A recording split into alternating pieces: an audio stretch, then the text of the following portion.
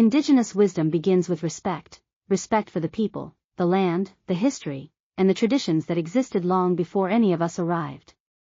There isn't one single Native American spirituality.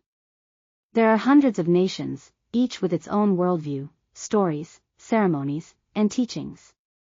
Understanding that diversity is the first step in approaching this subject with integrity. Many indigenous teachings we admire today survived against enormous pressure. Languages were banned, ceremonies were outlawed, and knowledge keepers were targeted. Some traditions were protected quietly for generations so they wouldn't be lost. Because of that history, certain practices remain private, sacred, or restricted to the people they belong to. Learning about a tradition doesn't mean we have permission to perform it or adapt it.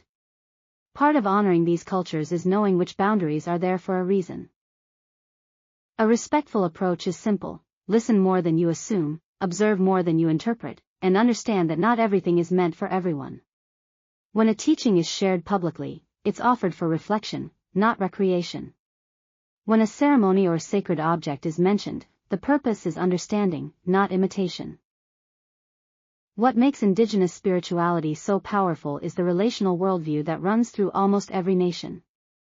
Everything is alive, everything is connected, and everything has meaning: land, water, animals, ancestors, community.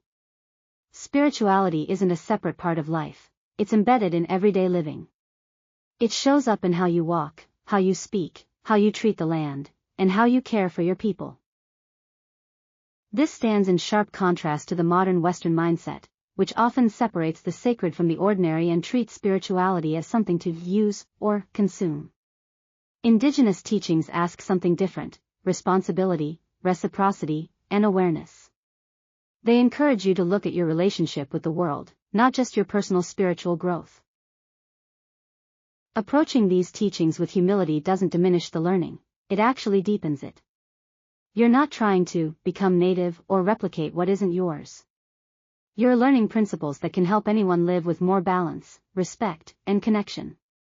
You're learning how different cultures understand harmony, how they honor their land, and how they navigate community and responsibility. Humility in this context simply means this: you engage with the wisdom without claiming ownership of it. You learn from it without taking from it. And you let the teachings change how you relate to your world, not someone else's. When we listen this way, with clarity, honesty, and respect, indigenous wisdom becomes not just something we study, but something that transforms us in grounded, meaningful ways. It teaches us how to be better humans on the land we live on, regardless of our background or ancestry. This is the mindset that sets the foundation for everything else we'll explore. Not heavy reverence, not guilt, not academic jargon, just a clear, respectful approach that honors the people and the teachings while giving you space to grow.